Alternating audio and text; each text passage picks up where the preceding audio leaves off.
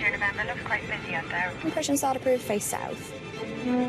London Heathrow, Europe's biggest and busiest airport, transporting more than 74 million passengers every year. Just your passport, please. Have you got your boarding cards in your hand, ladies? This is so big, this is so complex, it's Gatwick on steroids. With the flights taking off or landing every 45 seconds, Heathrow is operating at full capacity, and there's no room for error.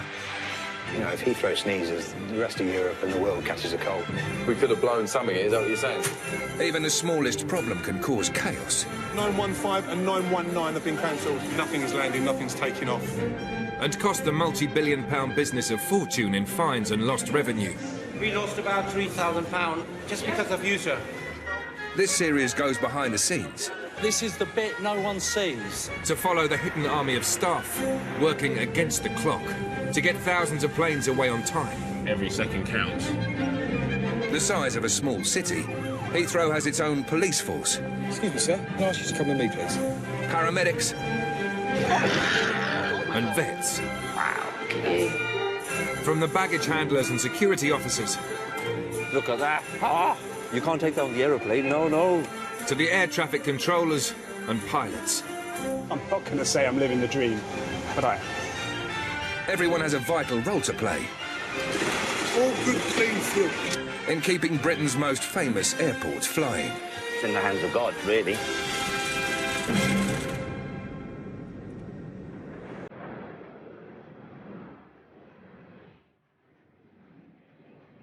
Heathrow's success depends on getting planes into the air on time. It's Saturday afternoon, the peak time for departures. And outside Terminal 3, ground staff are under pressure to keep everything running to schedule. Are you departing crew or arrival? Arrival. Oh, no, it's just Dispatcher James is responsible for getting the Pakistan Air flight to Lahore away at exactly 15:55. Flight came in late, 10 past. We came here, the fuel is here, which is good. It can take an hour sometimes, the fuel. Caterers, the cleaners are here. If James misses this departure slot, the airline could be heavily penalised. The flight's not ready on time. You know, it's going to cost money or it's going to cost the airline money, so yeah, we can't afford to wait for anything. It can get very busy. Once the passengers start coming, they'll open the gate in about 5 minutes. And then it all seems to happen at once. You just... It's like the calm before the storm, really, you know. For Pakistan Air, it's the busiest flight of the week. At the gate, the check-in team has just 30 minutes to get all 350 people on board. You have 19 kilos here, yeah? No, there's 2 more. See, that's my mum's bag I'm carrying. Where is your mum? She's over there. She hasn't got a bag with her, so... Check-in agent Maria is on the lookout for passengers attempting to slip on extra hand luggage. This way, please. The sizes of the bag, some bags weigh 15, 20 kilos. And to get into health and safety, because if it falls on your head, it can knock someone out, kill someone. So. We've got a very busy flight. Yeah. The overhead cabin cannot take the excess weight. Okay, what's the situation here? You have to pay because you have an extra bag. Okay, can we not dump a bag? You want to dump? It's fine, there's a bin over there. Okay, there, dump that bag. Thank you. Time is running out, and there are still 250 bags to check. Your scale, please. No, not yourself, love. You don't have to weigh yourself. No, darling, your bag. All right, love. Enjoy your flight. Oh. She's only about 70 kilos over.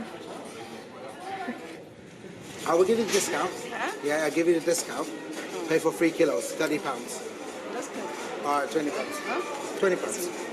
Okay, just keep that. You're welcome. No. If it's like too much money, they want to bring it down to a point that they can pay. Do you do that? Are you up for negotiation? I negotiate. Depends on my mood, really. What sort of mood are you in today? I'm in a happy mood today.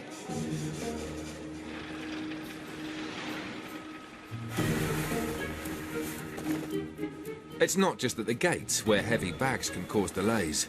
It's all business. Careful, you're going to get crew bags as well. In Terminal 3's baggage depot, Andy is racing to fill 12 containers. He's got half his bathroom in this one.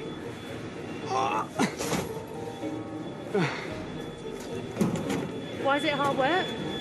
Because the bag's heavier than the other flights. Ridiculously heavier. With a luggage allowance of 50 kilograms per passenger, Pakistan Air's bags are among the heaviest in Heathrow.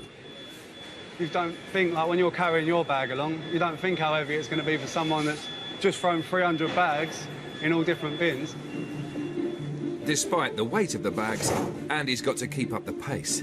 The ground crew are waiting to load the plane. Jesus. I'm knackered now. I'm boiling. See, this is why I wear shorts.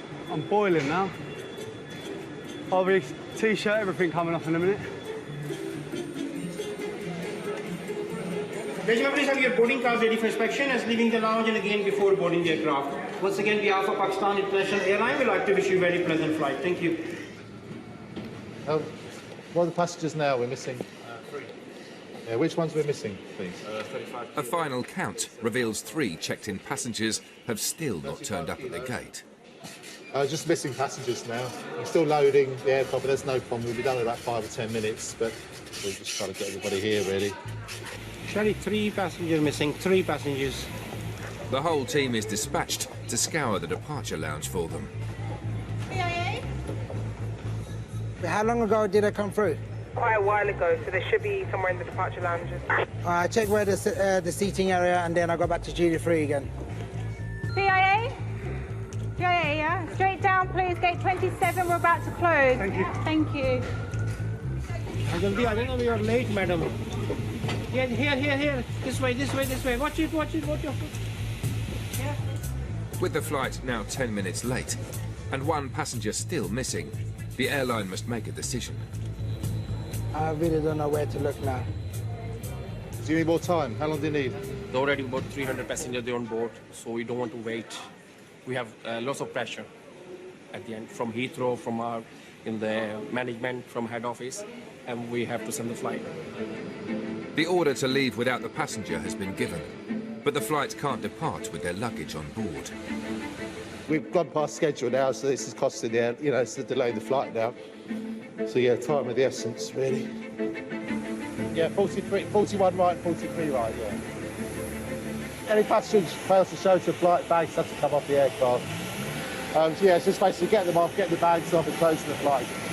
James's team must search through 12 full containers, and with every minute that passes, fines are mounting. Last year, missing passengers cost airlines £3.5 million in late fees. 2-0, please, 2-0. We're still looking for bags, Ethan. Let's close the doors in case he turns up. We can't accept anymore, yeah? Finally, the bag is found, and the flight can go. Half an hour late. Right, can it close, that's it? Yep. That's it? Yep. Hold down.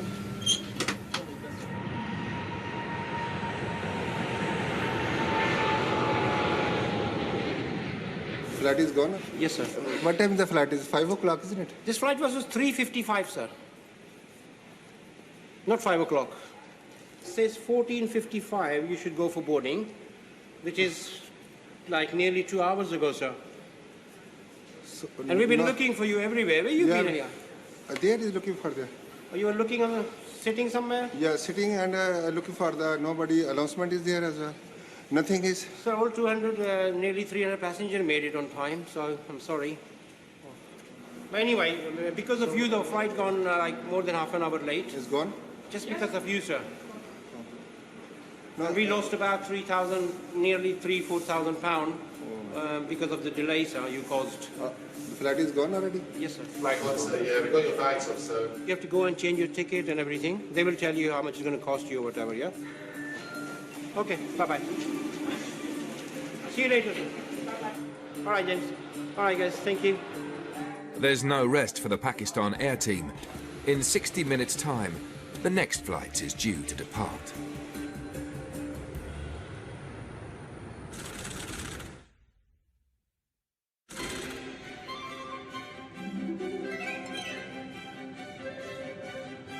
Every 45 seconds, a plane lands or departs from Heathrow, and the air traffic controllers are responsible for every single one.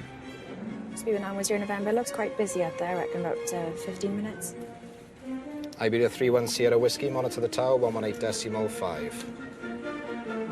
Every day they must precisely coordinate more than 1,400 plane movements. In a busy hour, we can depart one aircraft every minute. We call it a wheels-up departure, which basically means you got one on the runway which is departing. The moment the nose wheel is off the ground for that aircraft, we're clearing the one behind for takeoff straight away.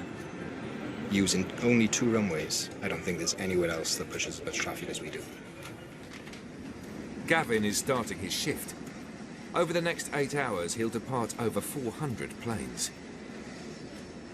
Yeah, okay, mate, perfect, thank you. Sometimes, you know, I might look at it as a little train set for me. So when I was a kid, you know, I used to have my train set, and I'd be sort of moving my trains about, and you go there, you'll go in there, you'll go in. And that's exactly what I'm doing up here. You know, you could have 7, 8, 9, 10 different things going on. And multitask, believe it or not, men can multitask.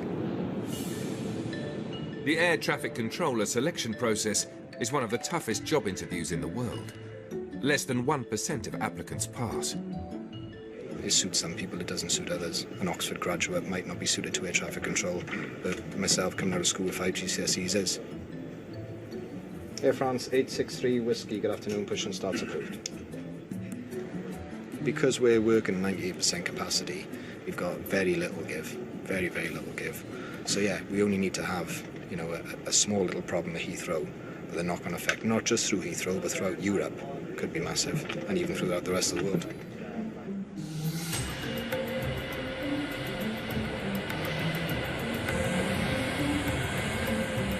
With no room for delays, Heathrow employs 350 engineers round the clock to fix any faults immediately. Oh my God, yesterday was so busy. It's a good hour. It's Thursday morning, and in Terminal 2, engineers Jack and Andy have received a priority call from security. I think it's late. It's either lane 18 or 16. We'll find out when we get there. The belt on the fast-track lane has broken, and the queue is at a standstill. Let's have a look. We just got to turn it off completely. We want to get this done like as soon as possible because depending on how busy it is, you know, the queue can go from like 10s to like 100s in like, you know, like minutes. In Heathrow, anything that slows people down could mean missed flights. It's on the angle there, isn't it? Yeah, this is pissed, isn't it? There. Yeah, nah. Yeah, it's the roller. The roller's pissed, or is it that? The lane has been shut for 10 minutes, and the backlog of passengers is intensifying. Oh, don't do this to me, come on. I'll lift it up. Paul, get all that crap out from underneath, in between the roller and that. There? Yeah, that's it. Yeah, that's it. Running, yeah? Yeah, they're fine. All right. Good. Now that the belt is moving again, the cause of the hold-up becomes clear. And what did you find in there? That right there. Yeah, there you go. That was the bit what released as we lifted it up. It's dust. It's got a bit of hair in it. That can keep it on his tool bag. Keep that, yeah. Not all heroes wear capes.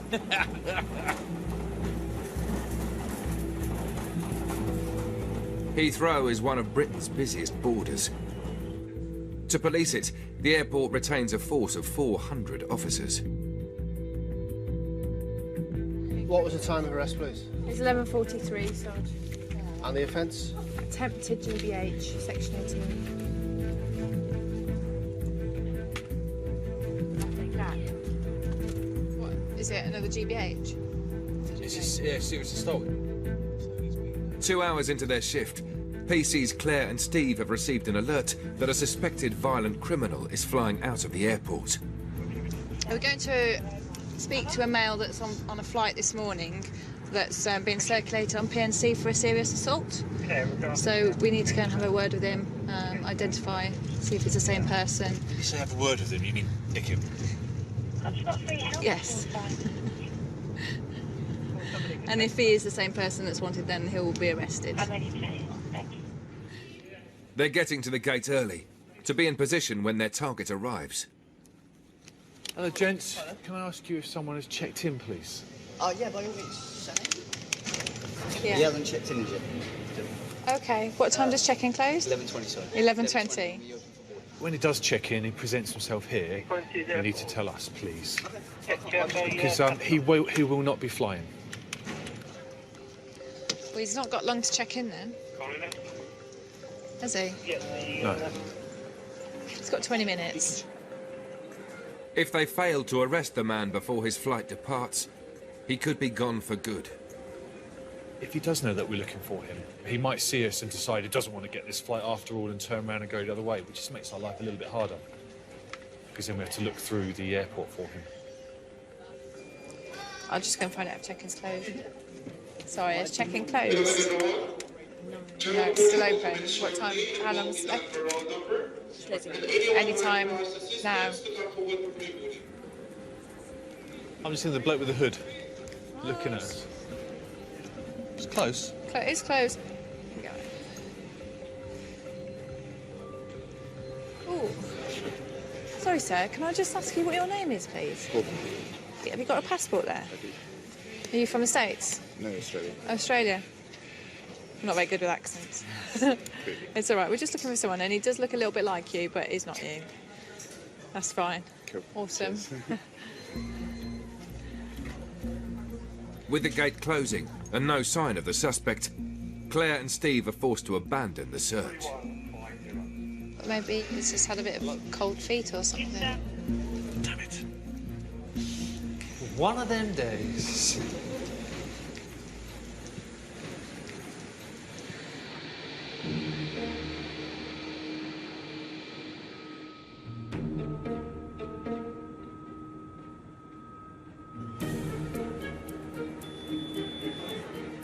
Back in the terminals, the challenge of keeping Heathrow safe never stops. Come forward, please, ladies. The airport security officers search over 200,000 carry-on bags a day. Oh my gosh, look at that. Ah! You can't take that on the aeroplane. No. Can't take no gun. That's yours. You'll never know what you're going to get until you start a bag search. Some of the things will shock you and amaze you. One of the stranger items I've seen was a hollowed-out ostrich egg. I've had a wizard's wand. We see a lot of adult-type items, which is not a problem, but sometimes they leave the liquids in the bags with them. There was that time when I was searching someone. They had what looked like 2 plastic vials. As I had a closer examination, there were spiders inside these vials. What looked like what were tarantulas. It's the freakiest thing I've ever seen. In Terminal 4, former mobile phone salesman Shahid is dealing with the afternoon surge of departing passengers. Okay, come over here, sir. Sorry. Is there anything sharp inside the bag? Nothing like that, no? Okay, one moment. So leave everything there. I'm just going to check it, okay? Uncle Eki, what's this? Hammer. Hammer? You can't take this with you. Not in your hand luggage, you're not allowed. I don't know. I just want This hammer you can use, maybe. Oh, no. Because I'm a carpenter. You're a carpenter, yeah? A carpenter, so that's why I said take good tools to there. Oh, no. You see, all these tools, you should be in your big bag. Okay. Oh, my God. Another one as well. No. In the hand luggage, you can't take this one. Oh, my God. Okay, look at this. Cordless. Battery. You can't take this one either. Okay. You sure, yeah, Uncle? Yeah, sure. It's all gonna go? Yeah? The tools will be going in the bin, but it appears the passenger has other, more serious concerns. No problem. Yeah. If he doesn't leave, he would be forced to leave. He's received a deportation order from the UK Border Agency. He's not allowed to work here. He's been here illegally for 10 years. For 10 years he's been here illegally working as a carpenter, a builder. And recently he's fallen off the roof where he was working, broke his leg. And at the hospital, that's when they saw that he was actually a legal immigrant. He just needs to go to the immigration and get his passport. Okay, can you help him with that? Or... bag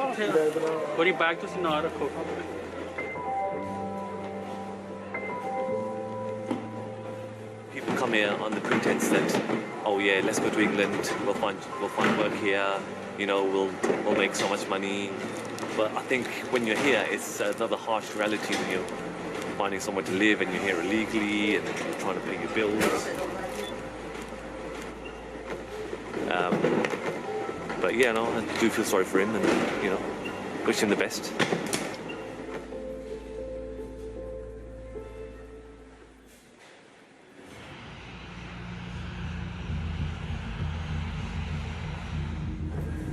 Nearly 30,000 people will leave from Terminal 3 departures today, but a handful won't make it further than the gate. Cleaner's coming off, so we're just in time. Heathrow police officers Claire and Steve are on the lookout for a new target, a passenger who has missed his court date. All right, so this time we've got a 23-year-old male who didn't turn up to court when he had his drink drive hearing. So now we wait for him like we did before. He's been up and taken it probably a good 5 minutes ago. As they stake out the departure gate, Steve notices someone unexpected. Oh, Jay, not familiar. Which one? Hold this. A familiar face among the hundreds of other passengers. Hello, mate. You got your passport, please? Yes. Cheers. Thanks very much.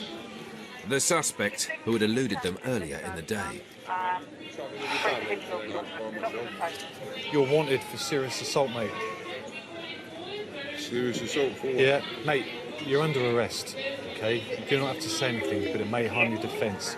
You do not mention something you later rely on at court. Anything you do say will be given in evidence. Where are you going? Australia. For how long? Not at all now, am I? Come over here with me a minute, pick your bag up, give him your boarding cards. Mate, I know this is very unfortunate. Are you pleased with that spot? Pleased with it, but if I hadn't have spotted him and known he got on that flight, I would have been annoyed. Yeah. The other suspect was also arrested. He was later charged and found guilty of drink driving offences. I'll see you back at the Nick. Steve's prisoner was released without charge.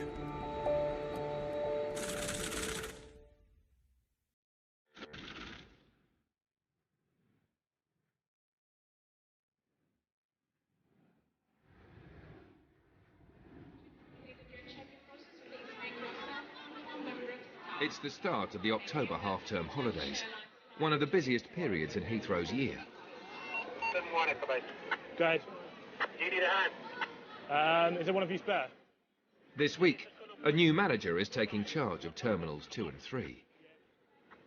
22-year-old Callum. Thank you very much, I'll let them know. I joined the team 3 weeks ago. I've just been through some training, then I did a shift last week, and today is my second day, and it's busy, very busy. He will be assisted by Demi, a veteran of the terminal with 20 years of experience. There's only one person in our team that's got a nickname, Callum. Harry Potter. I can see it, I can see it. I think it's more to do with the magic that I work on a daily basis as opposed to my appearance, so. Callum, like all terminal managers, will be assessed on how well he can keep the airport running smoothly, whatever's thrown at him. Now, dozens of flights have been cancelled today as thick fog hits Heathrow Airport. 50 flights were cancelled yesterday, and Heathrow Airport has been tweeting saying, "We are continuing to experience reduced operations, which is expected to last into tomorrow." During one of the busiest weeks of the year, heavy fog has descended on Heathrow. 50 planes were delayed this morning, pushing the already packed afternoon schedule to breaking point. In Dublin tomorrow, there are no seats. If you have not yet been rebooked onto a flight to Dublin tomorrow, you will not get out from here. Basically, the queue of about 150 passengers, they're not going to get on a flight tonight, and more than likely not going to get on a flight tomorrow. The situation is so bad that Callum must continually update Heathrow's most senior managers. Callum, please. We've had an Aer Lingus flight just cancelled, it's full, so they're being landed now and sent to check-in to be rebooked. The Air China flight, I believe the inbound flight was diverted to Brussels, so the passengers are all airside. We're just trying to find out whether that's going to go tonight or not. Heavy fog has a knock-on effect on every area of Heathrow's operation. We only need to be in fog for maybe an hour, hour and a half, and that's already had a massive effect, massive impact. We can't see anything out the window, so we need to give more spacing. So instead of 3 miles, for example, between 2 aircraft, we need to give 6 miles. Then delays start creeping up on outbound aircraft, and that's where the airlines have to start cancelling flights, because it's just not possible for us to be able to get those aircraft away. By 4 p.m, slow-moving queues of grounded passengers are filling Terminal 2. Tempers are fraying. We have been standing here for hours. Like, they treat dogs better than they've treated us. When everything works, it works okay. When anything broke down, everything broke down also. She said to me, is it that bad? I said, well, look around the corner and you'll see. So she needs to, I hope she doesn't think 100. All they've got here is 100. Do you mind just having a word with her, seeing what her plans are? So I need to go and speak to her. With so many frustrated passengers, Copenhagen, who are you looking for, sir? Callum is relying on Demi's experience and charm to manage the crowds. Anyone wants some water? Oh, okay. But even Demi is struggling to maintain order in the terminal. I'm sorry, that's not fair. We're also waiting very long here. Well, what's happened? This guy here, right in the front, comes from the other queue on our desk. Sorry, gents, but do you know these people have been waiting before you? Yeah, you need to be at the back of this line, guys. We were just queuing here for the last hour. Yeah. Right, okay. And I've been calling for an hour. No, that's something you need to take up with your old sir. Sorry. He just skipped the queue and went straight to there, and I mean that's not okay because we want to have service too. If one person kicks off, then you have to do something about it. And people are frustrated enough as it is. For someone then to take their queue space, I think, yeah, it does get challenging, but I'll do exactly the same. I think it's the beast within us.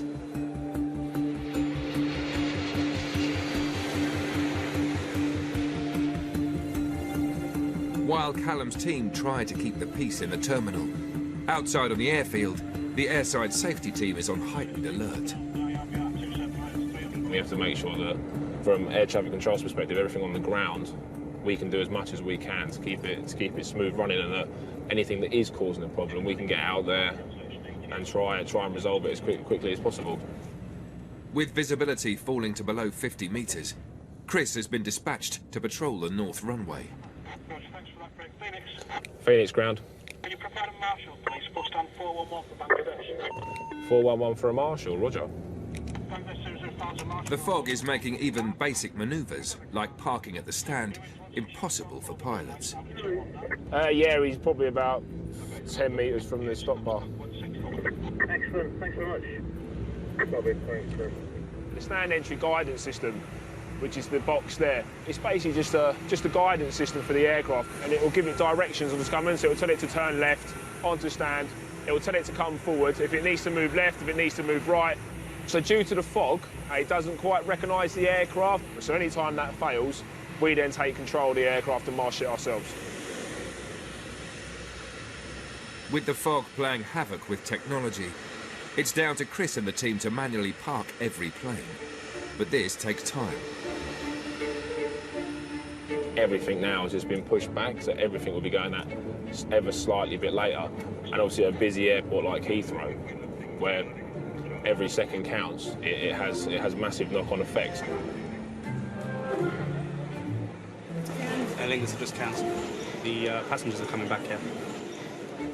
Time to join the party, mate. It's 9:30 p.m, and in less than 2 hours, Heathrow's runways will close. All remaining passengers will be stranded for the night. There we go. Let's go around to that's lovely. Thank you very much. Airlines are no longer providing hotel rooms for delayed passengers, and latecomers are having to fend for themselves. Anyone on that 339? For information, the flight has been postponed. So tomorrow, it's leaving at 9:30. The bad news is we don't have any rooms to give you. A lot of hotel rooms are full. I would say about 140, 150. Yeah, but nobody seems to be leaving. They're all just kind of asking questions. But it's going to probably get quite heated here because he's kind of getting a bit surrounded. If you can find yourselves a room, please find yourselves a room and then try and claim your expenses back. If passengers don't organise their own lodging, Callum faces the prospect of hundreds of people sleeping rough in Terminal 2. roll mats here. So yeah, we have got them. So there's 14 pieces, roll mats. This time of night, you're quite vulnerable when you've got public transport stopping in the area, hotel buses stopping in the area, hotels all sold out. That's when you kind of are left with no choice but to give people blankets and a mat. We have free internet downstairs. Go on there, Heathrow Hotels, write down as many numbers as you can, and then start ringing around. With 60 minutes to go before closure, Demi steps up his efforts to get every passenger into accommodation for the night. There you go. Tomorrow morning, 9 o'clock, I have a flight here. To Toronto? Yeah. Okay. Okay. So what have they told you? What you got to do now? I don't like to go to the hotel. You don't want to go? No, I am alone. I am afraid. I can stay here, no problem. Why don't you go to a hotel? Yeah, I don't want. Why? I am afraid. I don't But what, you want to stay at the airport? No. Are you sure you don't want... No, do you want me to tell you where to go? Do you want me to show you? Okay. Come with me. Why? I would be more afraid in here in the airport on my own. Do you know what people will do to get a hotel room now? Right, so there's your hotel there. Yeah. Leonardo Hotel, Yeah. H4. Yeah. Okay, we'll see you tomorrow. Okay?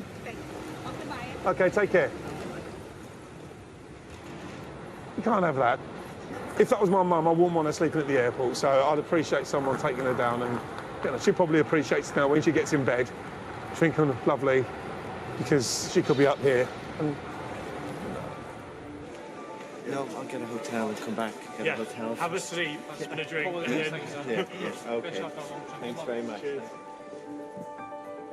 As a difficult day draws to a close, Callum, Demi and the team have managed to persuade most passengers to sleep in hotels. So we've still got passengers in the IDL. Other than that, we're all good. Good stuff, good stuff. All right then, fella, so we're looking good now. So the terminal's ready for the morning as well, so we're all right. I think we're in a good place. Copy, thank you, mate. See you in a minute. This is the first time in this role that I've handled any kind of weather disruption. So, but I think it's gone very well.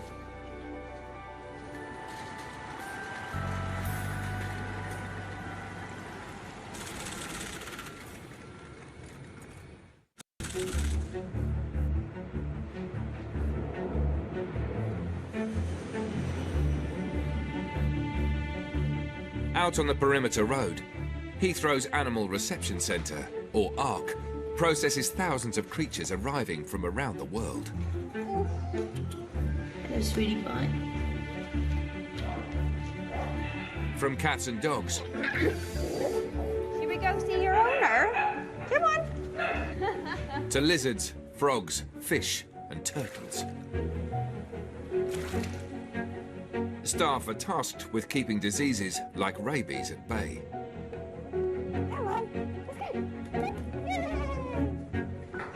Animal Health Officer Vicky is responsible for checking in today's new arrivals. Each pet must comply with strict regulations. Ooh, let me move this out of the way. Hello. Max and Molly are from Kenya. It is quite a considerable journey for these guys. Bit of a change in weather as well. The dog's owner, Hella, is relocating back to the UK to live closer to her mum. I have a new job and I have a new house and I've got to start all over again. So I will feel more at home if I have my pets with me. Max, turning inside. This way. I'm really excited to see my dogs. And I was a bit worried about them, so I just feel guilty because I was worrying about the flight last night. Yeah, they're my babies. Yeah.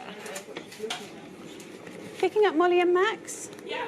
Yeah, there's just a slight problem with the paperwork. If I just take a seat, it's a bit of a discrepancy with the vaccination, so we just need to get confirmation that what they were given was a rabies vaccine, because this is their entry document. Yeah, sure.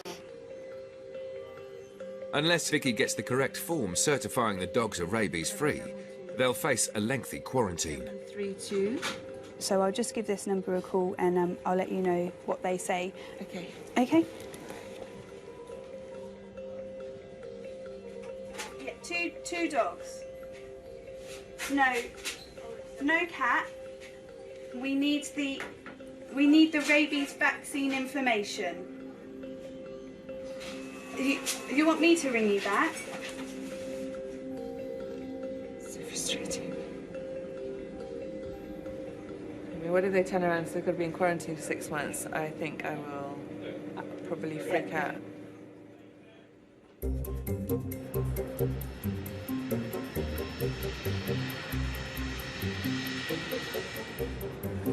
For most passengers, air travel in the 21st century is not a luxurious experience. Any laptops, iPads, take them out, please. Or liquids and toiletries.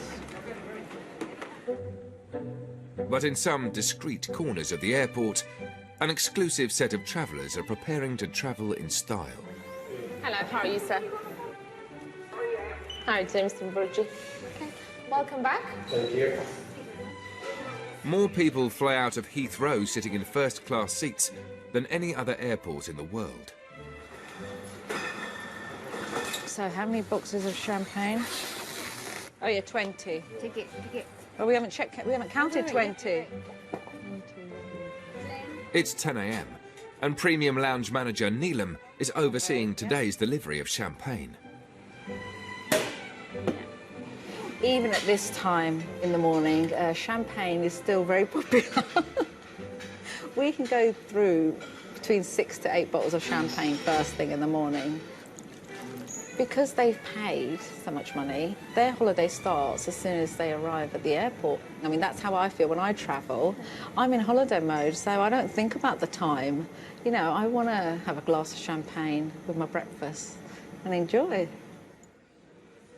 It's impossible to go economy. I mean, my accountants always have a go at me about it. But look, I'd spend 250,000 probably a year, maybe 300. On travel. On travel. It doesn't include hotels. Yes, we're ready now for you, Mr. Sage. Thank you very much. With first-class returns to Dubai costing 14 times the price of economy tickets, Neelam can't afford for anything to be out of place. Take that out. It's a bit messy. I think we just need to tell the chefs that the sausages need to be cooked a little bit more. Okay. They're a bit pale, and that sometimes put passengers off if they're too pale. I expect the standards to be 100%. I'm terrible when I go out. I expect the highest level of service. I do. I can complain about anything. The lounge spends lavishly to win the loyalty of premium passengers. £350,000 a year on champagne and £20,000 on flowers. Look in here, these are really beautiful. So we're going to put these in now. How much are they per stem? Well, you'd pay up to between £15 and £20 per stem for these. I think that one's got more of those twigs in. That one has more of the twigs in than this one. The afternoon rush is starting, but not everyone's making it further than reception. Hello.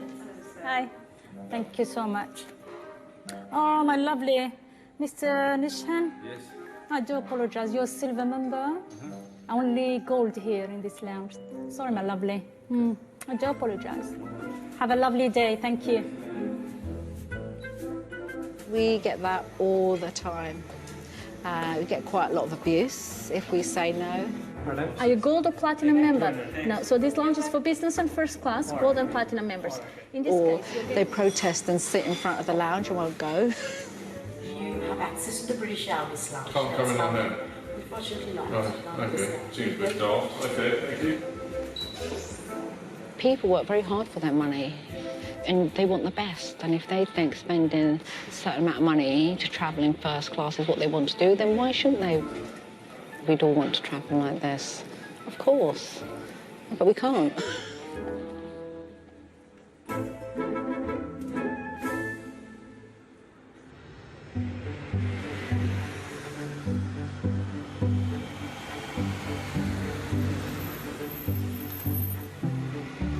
One mile away from the luxury of Terminal 3 lie Heathrow's 22 cargo warehouses. Morning, Grumpy. Cargo handler Mick the Hat has 30 tons of freight to pack up, ready for the afternoon's flight to Chicago. I've been doing it since I was 17. Work that out. I started here when I was 17. I'm now 64. 4 large crates of salmon are packed and ready to go. 50,000 tons are shipped every year, making it Heathrow's biggest export by far.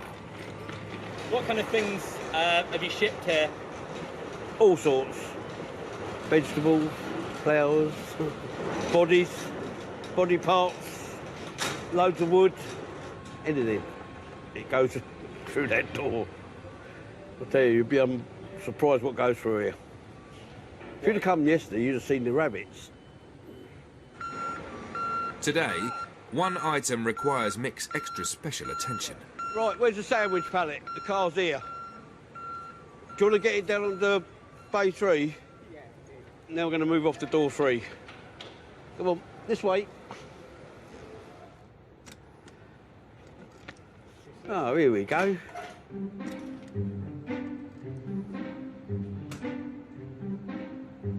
I ain't seen one of them for a long time. The rare 1938 British racing car was bought last week at auction for £500,000 by an anonymous American buyer. Do we know if there's any fuel in it? Is it? OK. It's a nice car. I'd like to own it. Bet it's a few bob, I know that. Do you know who's buying it? Someone with lots of money. A millionaire out there. This is good to go. We can send it away then. Yep. Would you want to go with the spring? Cargo is big business for airlines. Damaged freight and a damaged reputation could be costly. Right, now we're going to have to strap it down wheel by wheel to the pallet so it's safe to go out onto the aircraft.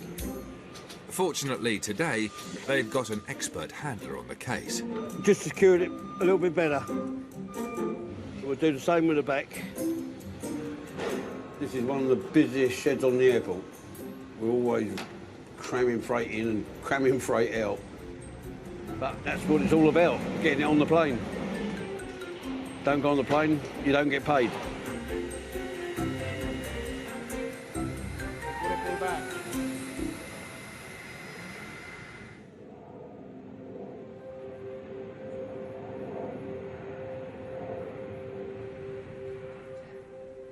In the animal reception centre, Hella has been waiting for an hour to find out if her dogs will be released or sent to quarantine.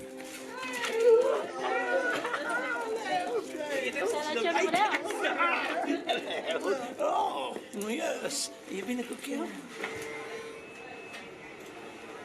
Finally, the vet in Kenya sends over more paperwork.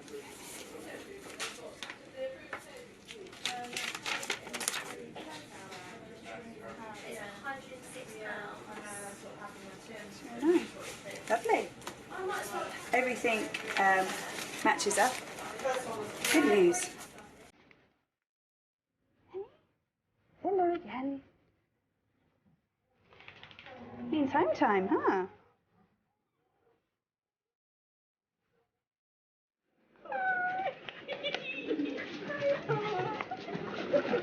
How did he get that reaction?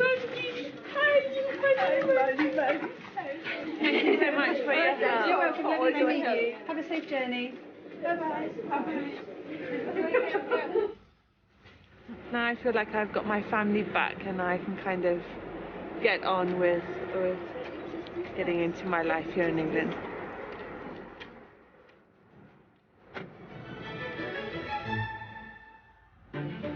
Next time, an aircraft gets the world's most expensive nose job. It's like my arse when I was 6 weeks old, man. Check-in staff face their toughest test of the year. If one of us falls, it causes chaos for everyone here. And an inaugural flight struggles to get off the ground. The response team's gone to the wrong aircraft!